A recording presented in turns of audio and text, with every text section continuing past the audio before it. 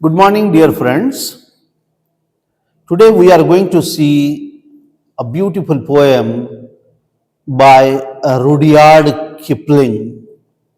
The title is If. This poem deals with advice given by father to his son. That what a son has to do in his life.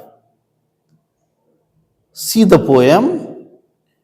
If you can keep your head when all about you are losing theirs and blaming it on you.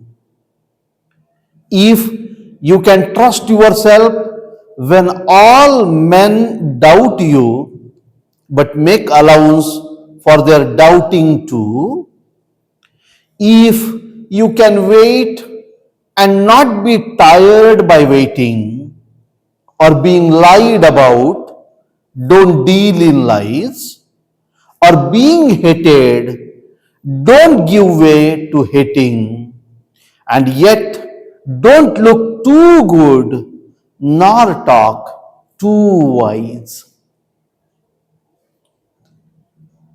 The poet, in the place of a father, is giving advice to his son. If you can keep your head when all about you are losing theirs and blaming it in you, आपलं डोकं हे नेहमी शांत ठेवता आलं पाहिजे. इतर लोकांची डोकं सरकून राहिली म्हणजे आपलंही डोकं सरकलंच पाहिजे असं राहू नये. कारण तसं जर झालं तर लोक तुमच्यावरच आरोप करायला लागतील. If you can trust yourself when all men doubt you but make allowance for their doubting too. आपला स्वतःवर विश्वास असला पाहिजे. इतर लोक आपल्यावर जर संशय घेत असतील, आपल्यावर अविश्वास दाखवत असतील, तर आपला पहिले आपल्यावर विश्वास असला पाहिजे. कारण इतर लोक अविश्वास दाखवताना सुद्धा 50-50 मध्ये चालत असतात. If you can wait and not be tired by waiting or being lied about, don't deal in lies. तुम्हाला जर काही मिळवायसाठी वाट पाहावी लागली, वाट पाहताना तुम्ही जर थकत नसाल,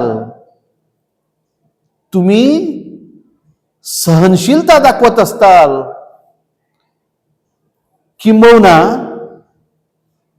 जर तुम्ही खोट्या गोष्टींचा सामना करत असाल आणि तुम्ही खोट्या गोष्टींपासून परावृत्त होत असाल, or being hated, don't give way to hating. कोणी जर तुमचा द्वेष करत असेल तर तुम्ही द्वेष करत नसाल, and yet don't look too good nor talk too wise. खूप चांगलंही दिसत नाही आणि खूप शहाणही नाही. मध्यम मार्ग जर तुम्ही निवडत असाल तर तुम्ही आयुष्यामध्ये यशस्वी व्हाल. कवीचं म्हणणं असं आहे, कुठेही अतिरेक नको, कुठल्याही गोष्टींचा अतिरेक नको. आपलं जीवन जगताना सहनशील असावं, खोटा मार्ग स्वीकारू नये, डोकं शांत ठेवावं, खोटं बोलू नये, यश मिळेपर्यंत वाट पाहता आली पाहिजे, अति शहाण राहू नये, अति चांगलं सुद्धा बनवू नये.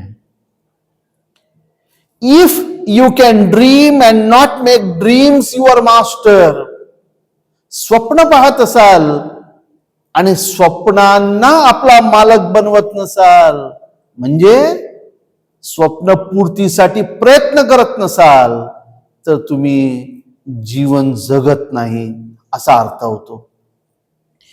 If you can think and not make thoughts your aim, you think, तुम्हाला जर कोणी म्हटलं तुम्ही विचार करताय का, तुम्ही हो म्हटलं. But if you are not making thoughts, नुसतं विचार करून चालत नाही, विचार शब्दामध्ये मांडता आले पाहिजे. आपलं ध्येय त्या विचारानुसार ठरवता आलं पाहिजे.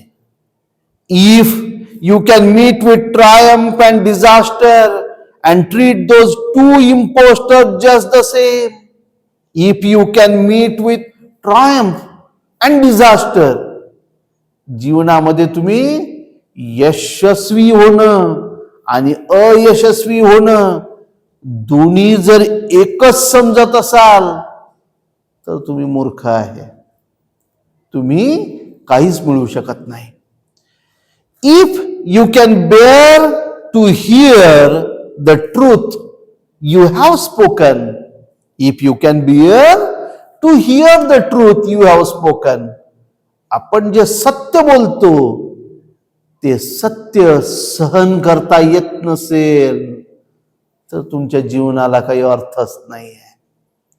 म्हणजे आपण बोललेलं सत्य आपल्याला सहन करता आलं पाहिजे, स्वीकारता आलं पाहिजे. Twisted by knaves to make a trap for fools, twisted by knaves to make a trap for fools. आयुष्यामध्ये धूर्त लोक सत्याच्या आड असत्य बोलून मूर्ख बनवण्याचा प्रयत्न करतात. आपण ते समजलो पाहिजे. Or watch the things you gave your life to, watch the things you gave your life to. आपलं जीवन कुठल्या दिशेनं चालवायचं, आपण काय मिळवायचं, हे जर आपण ठरवू शकत नसेल तर आपलं जीवन व्यर्थ आहे. Or watch the things you gave your life to broken and stoop and build them up with worn out tools.